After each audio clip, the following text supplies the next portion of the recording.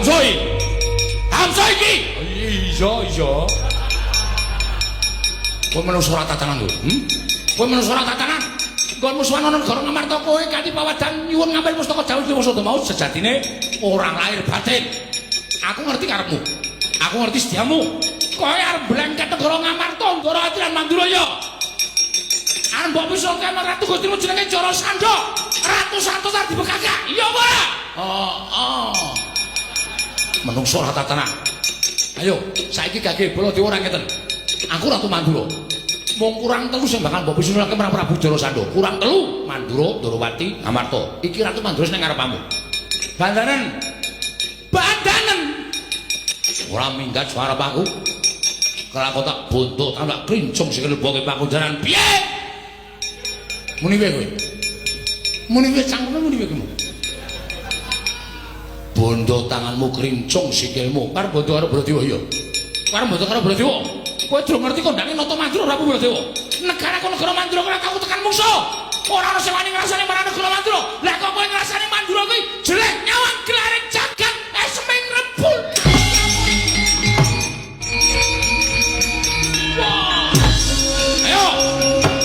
Ayo kakek. Iki Nata Mandura Prabu Baladewa. Paning pitu wasi Jaladara Nambakasana. Kakek, ayo. Mata sastra jendramu. Wonten racun kaya ngono. Ayo tunggu sekali buri. Ora bakal mundur. Lakon mati.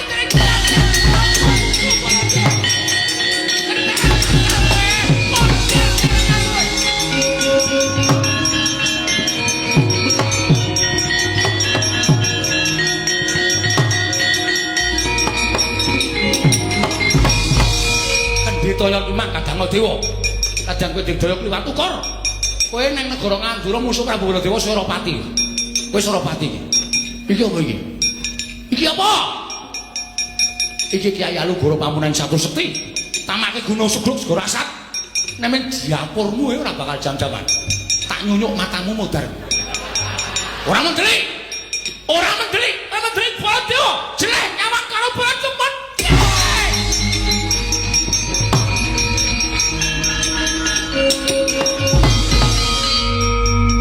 Dar Ratu yo manuk guwak ngono pamer musuh Baladewa entuk musuh kita kendali beleke pamer ngrangket negara Mandura manusia macam apa itu jer babah depani lemah tutuk ngorok kaya kawah sirna margalayu Sang Prabu Angsa. Nalika semanten saperangan prajurit sigra munjuk atur kan kengrayi Prabu Dimbaka. Lumajar Sang Prabu Dimbaka nglumpati ing neraka Prabu Angsa. Kelaning jagat kawaring para dewa. Dupi lumpatan dening Prabu Dimbaka grek kaya wungu saka nendra. Ayo sami. Ayo, wong Ngamarta.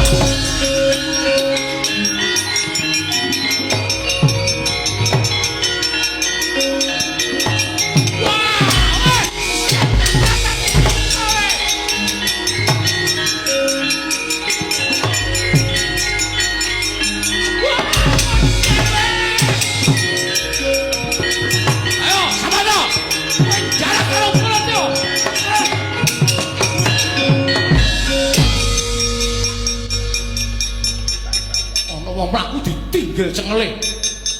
Wong jire kowe. Lho iki kok kaya Hamsa. Wah, ning pipine ana andeng-andenge gede banget. Kita iki saudara kembar. Iya. Sedulur kembare Hamsa mbok menawa lho. Mbok menawa ya modar kowe. Nusul Kakang Wayah kowe. Surawati balamu. Kowe mati saka tanganing Baladewa Barat.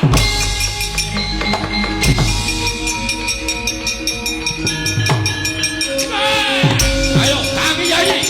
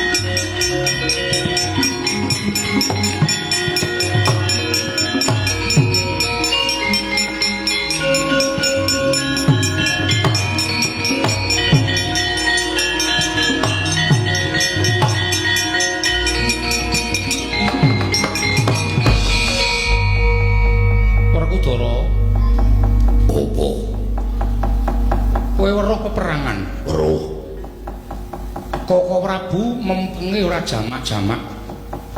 Suwe ora tau perang saja. Sapa? Baladewa. Ora perkara kok suwe ora tau perang. Ning merga wis duka karo Hamsa nalika aku bloko yen to Ngamarta Ndrawati Mandura arep diblengket. Sarta dibedah dening Hamsa. Ya. Ning coba to sawangen. Peperangan katone kok ora sak traju, ora imbang. Ora imbang perkarane apa? Hamsa dipateni dilompati karo Dimbaka urip meneh. Dimbaka dipateni dilompati Hamsa urip meneh. Toko Prabu ki nek perang ora tau nganggo akal, ning ngokol sing digunakake. Wong janjane mateni kae ra gampang to. Mateni piye? Hamsa karo Dimbaka kae patine gampang. Patine piye? Aja mbaka siji, ning bareng. Ning Koko Prabu ora menggali tekan semono. Siji dipateni dilumpati urip meneh, siji dipateni ngono terus nganti tak sawang katone kaya wis sayah Koko Prabu Mandura. Werkudara. Nggih. Maju ora tukae patenono bareng. Gah. Lho. Wegah piye? Kaya aku ora apal karo watake bule kakangku. Kae nek perang nek wis ngono kae, nek diewangi malah nesu-nesu. Malah muring-muring. Aku wegah mung yen aku ditukani karo bule kakangku, tukani karo Baladewa, wis ben dirasake dhewe. Mau sing nantang Hamsa aku, sing nandangi dheweke men dirasake. Kaya ngopo wong nandangi mungsuh sing ampuh. Iya ning iki engko ora rampung-rampung malah entek-entekke wektu si Adi nggone golek korban karo pun Kakang ora ndang budal. Ya wis ben. Lho. Mengko nek Sajajaya ora kelakon piye? Wah. Nek aku wegah nek kon ngewangi Baladewa. Kok sik to? Sing dawuh karo kowe iki sapa to? Kresna. Aku ki sapa? Kowe Kresna. Lah iya. Aku ki pernahe apa karo kowe? Kakangku.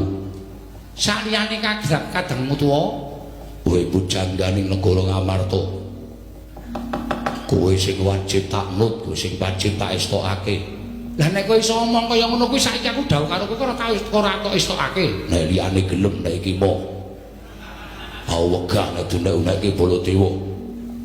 Mong ming dunek-unek iki kok anggere kowe meneng bae. Wah, aku ki gampang nesu. Nek anding aku ora kuat ngampet, nek Werkudara tak ora aku iso ngampet nesu, Baladewa tak dupak piye. Gririkan dadi grojokan, geguyon dadi tangisan. Mati Hamsa Dimbaka ning sing gelut Werkudara karo Baladewa. Kowe seneng, kowe bungah. Kowe arep keplok-keplok. Ora apa. Senengane gawe perkara. wis ngene wae.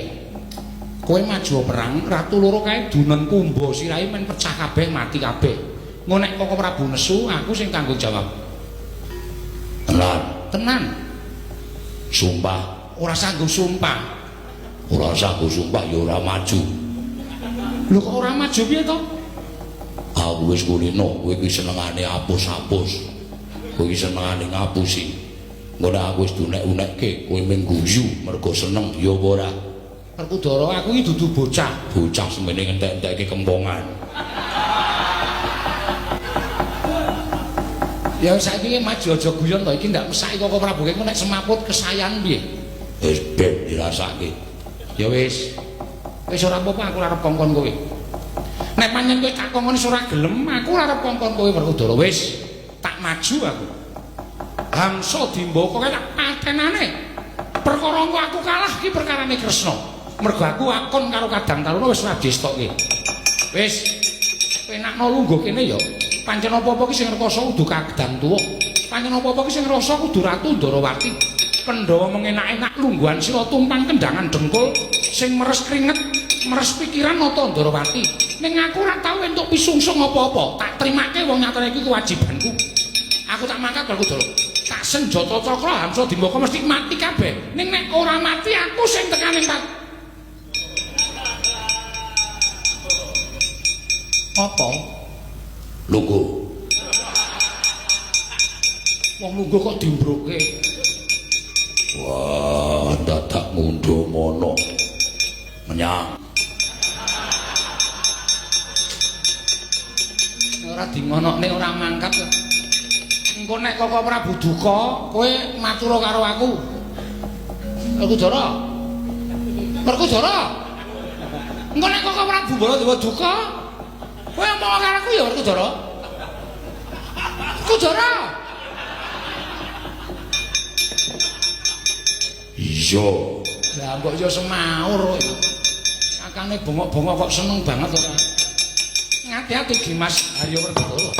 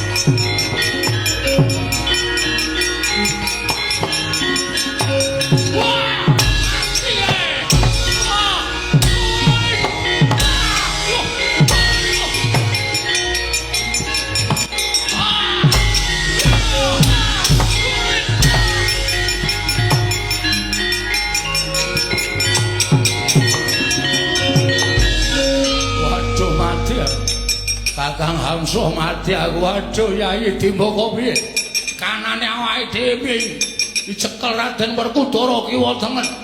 Wah, ora bakal gawe macak tuku mbodasmu pecah kowe mati bareng. Waduh mati.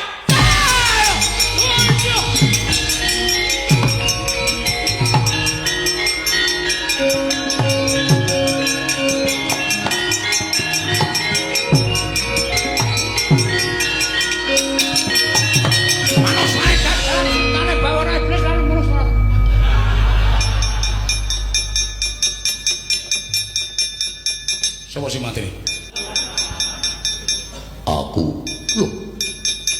Aku sing mateni. Kowe sing mateni? Iya. Wah, apik ngono kuwi. Yo apik. Apik yo. Wah, Ora sawang sulan. Menungso ora tatanan baru-baru jajalan.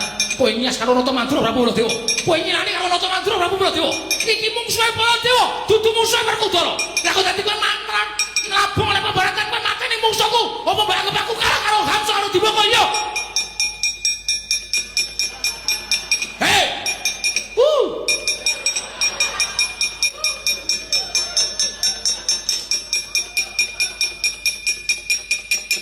Werkudara. Kowe anggapmu dumeku saiki wis digdaya. Iya. Dumek saiki wis ampuh. Dumek saiki wis pinter. Kowe nyas karo kadangmu tuwa. Kowe nyas karo Prabu Baladewa. Kowe ngilani karo Prabu Baladewa. Apa mbak aku kalah karo Hamsa karo Dimbaka? Lah kok dadi kowe nrabung tanpa jalaran. Kowe ora nembung karo Baladewa. Dipesani biaya sebanyak akeh. Dikira Baladewa kalah karo Hamsa karo Dimbaka. Aku ora jak omong minggat wae. Aku nek carane ngene iki aku ora trimo. Nek perkara kowe iki wong digdaya perkara kowe wong ampuh aku percaya. Ning aja dienggo kaya ngono kuwi. Kowe tegese kowe ora percaya karo Baladewa. Apa dianggap aku kalah karo Hamsa karo Dimbaka terus kowe nabung jaran. Kowe mirang-mirangke karo aku kowe ora ora pasrane wong greng ora bakal yang sawas urip. Werkudara aku ngomong ki rungono aja aku kowe. Aku ki rungono.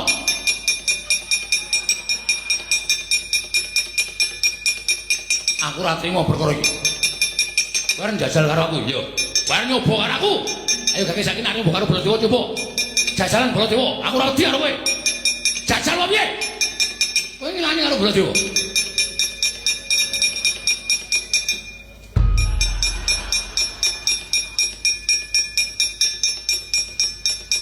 Kowe sing ngakon iya.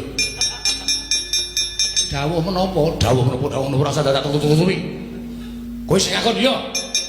Kowe sing ngakon Werkudara kon nabuh musuhku iya. Inggih. Lah rak tenan to. Kowe iki nek ora ngisin-isin aku apa to Kresna? Kowe iki nek ora ngisin-isin Baladewa ki ngopo? Aku iki kakangmu lho. Aku kadangmu tuwa. Ning pendak-pendak kowe sing mirang-mirang karo Baladewa. Apa anggap aku kalah karo Hamsa Diboko terus kok nang Werkudara mateni Hamsa Diboko. Ngono apa piye? Kula sang saking katebian para Prabu menika sampun kesayaan. Kesayang sing ngono napa? Aku ora sayang. Aku ora wedi karo Hamsa Diboko. Aku ora wedi. Inggih, kula pitados. Ning nuwun sewu to lenggah rumiyin. Lenggah rumiyin. Tunggu. Dugang. Muni pe cangkemmu niku kowe. Wis to. Kowe iki menengo, iki perkaraku sing ngurus aku dadak omong barang to. Jelei. Kalah kok dadak muni menang. Nyatane ora iso ngrampungi perkara sing siji mati, sing siji urip, sing siji mati, sing siji urip. Diwangi kok cerewet. Sing cerewet ki cangkemmu kuwi. Cangkemmu kuwi kosek. Kowe wis Werkudara wis. Ayo kono, linggo buri kono. Moh. Aku nang kene wae. Ora kae ra trima dugangane. Trima. Kok ora Prabu trima? Runggaruan. Oh. Sakmenika kula nyuwun prisa. Tahu napa? Kok Prabu menika anggenipun tumandang menika ngginakaken nokol mboten ngginakaken akal. Lho, sebabe napa jenengan mboten menggali? Ratu loro nyawa siji. Ratu loro nyawa siji piye? Panjenengan kursa langsung mejahi Hamsa, mejahi Dimbaka. Ning pendak-pendak Hamsa mati dilumpati Dimbaka urip. Pendak-pendak Dimbaka mati dilumpati Hamsa dimbakane urip. Ra ngaten to? Iya. Ning aku ora kesel, aku ora kalah. Ning dangu-dangu badhe saya, dangu-dangu badhe kalah. Ning nyatane aku ora kalah. Iya. Wah. Wong sombong, wong umuk. Goblok ora ngakoni goblok. Goblok dasmu kuwi. Wis to Werkudara, wis to kowe iki rasa melu omongan. Iso tak kandhani ora? Iso. Meneng. Manggri omong titenono iku ndak malah ora rampung-rampung. Lah, kanthi mekaten menika mestipun ratu menika pejahipun sareng ning kula entosi dangu Prabu mboten mejahi Dimbaka kaliyan Hamsa menika sareng. Tumuli kula utusan Werkudara. Mboten kok mboten badhe ngembe dhateng Jengandika, mboten badhe ngilani dhateng Jengandika kok Prabu, ning Werkudara menika namung rencangi supados enggal cekat-ceket rampunging perkawis negari Ngamarta. Tumuli Ngamarta ketika padhang. Ngaten menika menapa menawi lepah. Bener.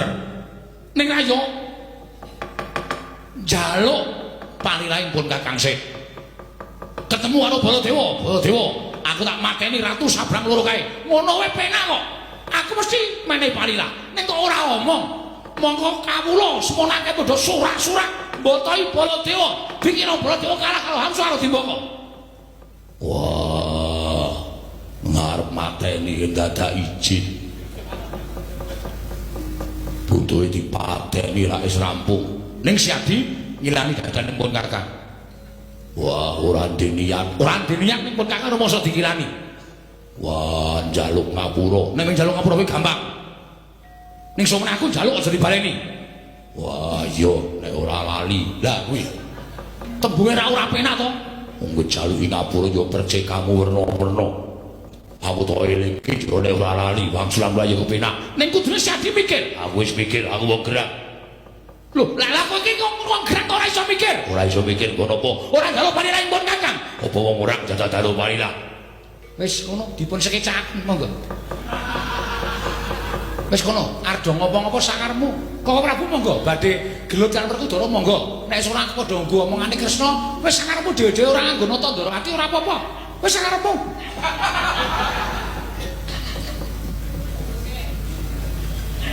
Syukur. Iya, kandhane. Nar muring-muring wis sakarepmu aku ora ngerti apa-apa. Wis sakarepmu. Kowe ngece aku ya? Ora. Wah, kok dadi kaya ngene kanane. Werkudara. Nggih. Aku njaluk aja dibaleni. Yo ora bakal tak baleni. Werkudara. Nggih. Koko Prabu aturun gawon negari Ngamarta. Yo Arjuna wonten paring dawuh